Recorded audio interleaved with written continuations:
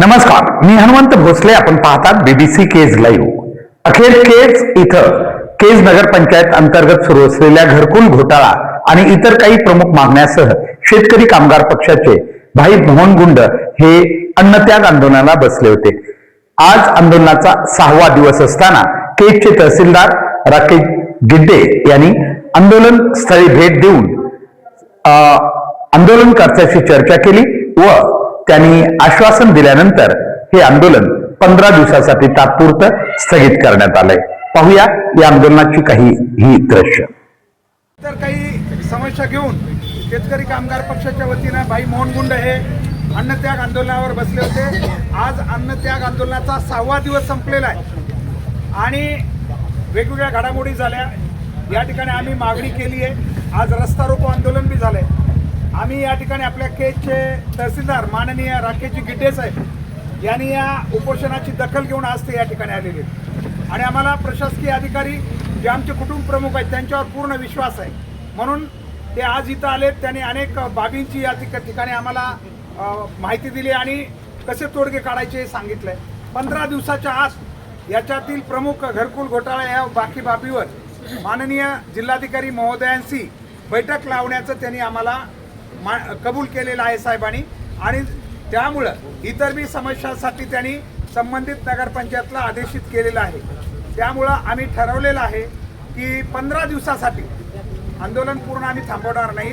15 दिवसासाठी हे आंदोलन स्थगित करण्याचा निर्णय आम्ही या ठिकाणी आंदोलकाच्या वतीने म्हणजे भाई मोहन गुंड यांच्या म्हणण्यावरून या ठिकाणी आम्ही घेत आहोत. आणखी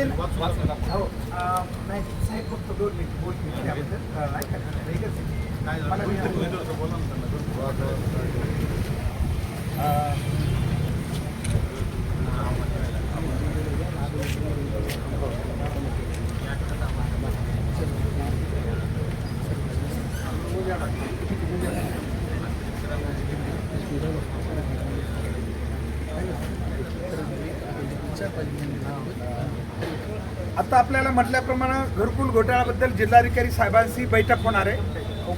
उपोषणकर्ते आणि शिष्टमंडळ आम्ही समजा त्यांच्यासोबत जाऊ आणि बाकी बाबतीत जे वाईन शॉपचं एक आपल्या इथून हे दिलं होतं त्याचं संबंधित नगरपंचायत तात्काळ जिल्हाधिकारी कार्यालयाला पत्र देणार आहे की संबंधितावर कारवाई करावी म्हणून. त्या व्यतिरिक्त ज्या काही प्रमुख बाबी आहेत ज्या मागणी केलेली होती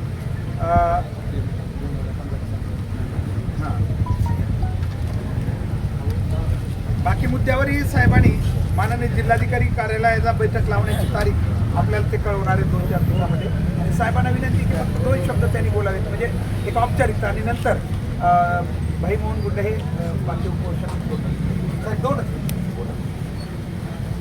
तुम्ही बोलणं हे वेगळं आहे. आम्ही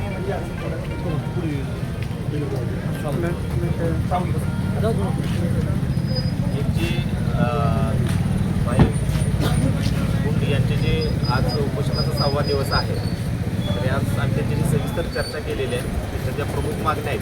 प्रमुख जे घरकुल घोटाळ्याच्या संदर्भातील जे सध्या समिती काम करत आहे तर त्यांना या आठवड्यामध्ये अहवाल आल्यानंतर मंत्रिमंडळाकडे सादर केला जाणार आहे आणि त्यानंतर दुसरा एक महत्त्वाचा त्यांना काही या अगोदर जी विकास कामं झालेली आहेत त्याची कागदपत्र हवी आहेत तर ती कुठल्याही परिस्थितीमध्ये 15 दिवसांमध्ये त्यांना नगरपालिकेतर्फे दिली जातील.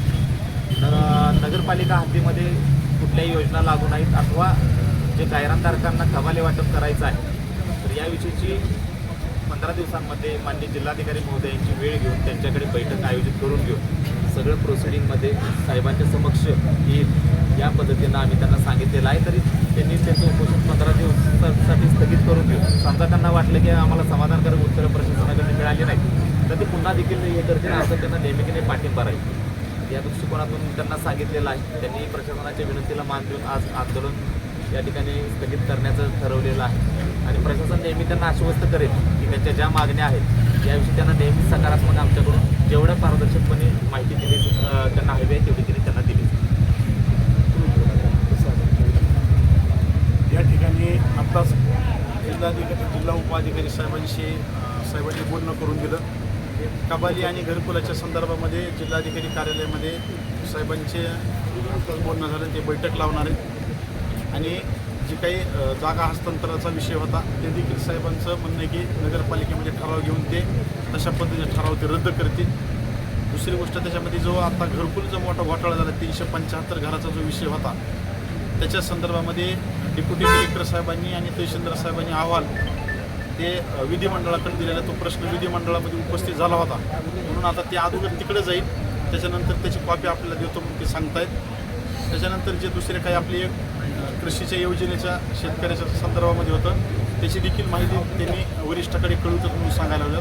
आणि जे ह्यांच्या अतिरिक्तच्या वरील जे काही मागण्या होत्या आपल्या किंवा याच्यावर चौकशी समिती नेमा जे 2015 पासून इथं काही विकास कामं झाली तर इथले रोड पलीकडे झालेत, पलीकडचे रोड इकडे झालेत, तर त्याच्या संदर्भामध्ये ती समिती नेमण्याचा अधिकार हे जिल्हाधिकाऱ्यांना असल्यामुळं ते त्याच्यावर त्यांनी बैठक तिथं केलेली आहे. साहेबांच्या विनंतीला आणि तुमच्या सर्वांची जर सहमती असेल तर मी हे उपोषण थांबवतो.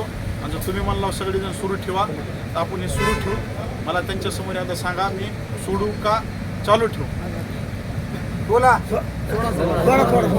सगळ्यांचं मत आहे सोडा. 15 दिवसासाठी आम्ही स्थगित करालो, पूर्ण नाही.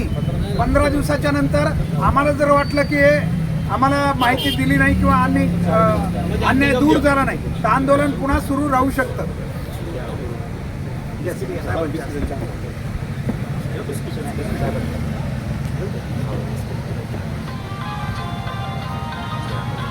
भारत माता की डॉक्टर बाबासाहेब आंबेडकरांचा.